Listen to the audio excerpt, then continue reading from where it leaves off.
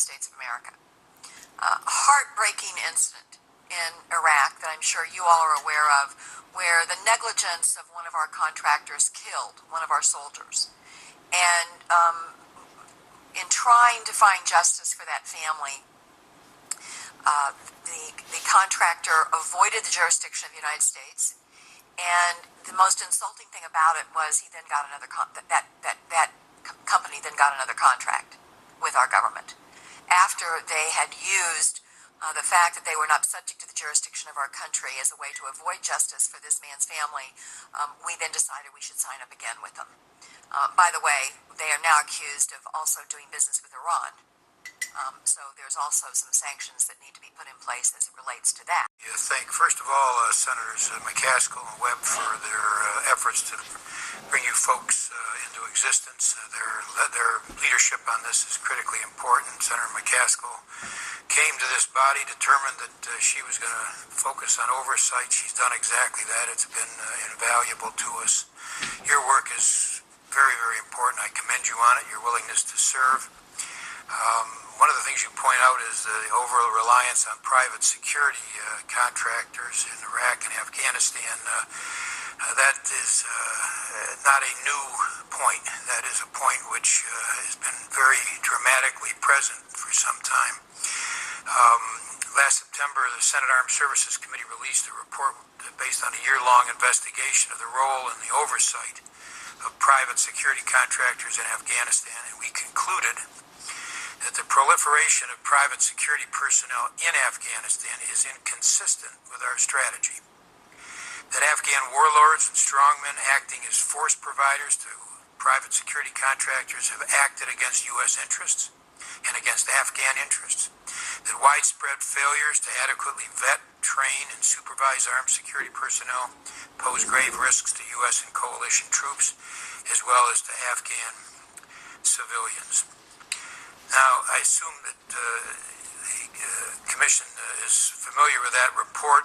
First of all, I'm wondering whether you agree with the conclusions of that report. But secondly, before I ask you questions about what legislation you're recommending following your report, I'm interested as to your reaction to what legislation we have recently adopted, what recommendations we have recently made to see where that falls short. And then I'm going to ask you about what additional legislation, if any. But first of all, are you familiar with those recommendations? If so, do you agree with those recommendations that I've just read? Senator, I am familiar with that report. The Commission is familiar with the report. I want to say our own report, you in fact passed the ball along, and further investigations have been going more and more deeply into it.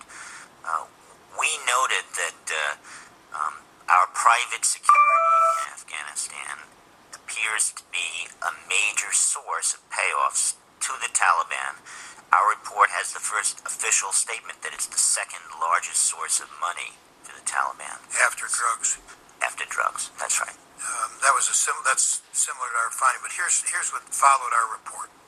The Department of Defense established a number of task forces, directed that remedial action be taken. And so the question is, have those task forces been effective? Are they operative? General Petraeus himself told me about the importance of this issue to him. Now, he's kind of the most recent father of a counterinsurgency strategy. And I just am wondering, are you familiar with those task forces? Are they effective? Are they operative? Well, one of them, according to public sources, came up with the figure of $360 million being paid to the Taliban, so they are at least grappling with the issue. Did you have a chance to interview those folks? I interviewed a group of analysts who sort of work for them or with them, and there is one useful thing that's being done, although it's not considered to be enough to get control of the problem. There's a type of vetting using intelligence information, which is at least going to keep the bad guys from being direct contractors to us. But that's obviously only a portion of the problem. Here, let me say, and I believe I was with Co-Chairman Shays out there, and I think they're clearly getting their arms around the problem. But getting your arms around the problem isn't necessarily solving it.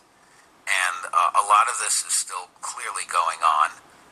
And it's going to take some work because, again, a lot of it has to do with what you heard earlier, visibility into subcontracts. I agree with that very much, as a matter of fact.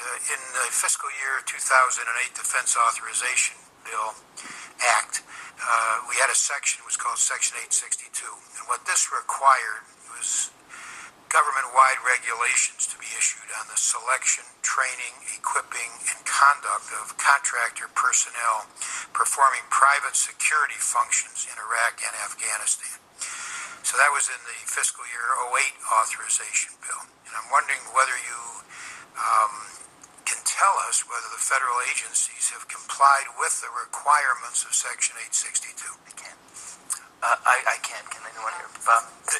They have issued the guidance and the instructions, and it's been out for a public comment. The difference, though, as you are well aware, is that the execution of that, there's a big difference between what the policy says and what's being executed 9 levels below in the field. Also, notably, I believe that the Section 862 makes it up to the chief of mission in the State Department in the country whether they are following those regulations.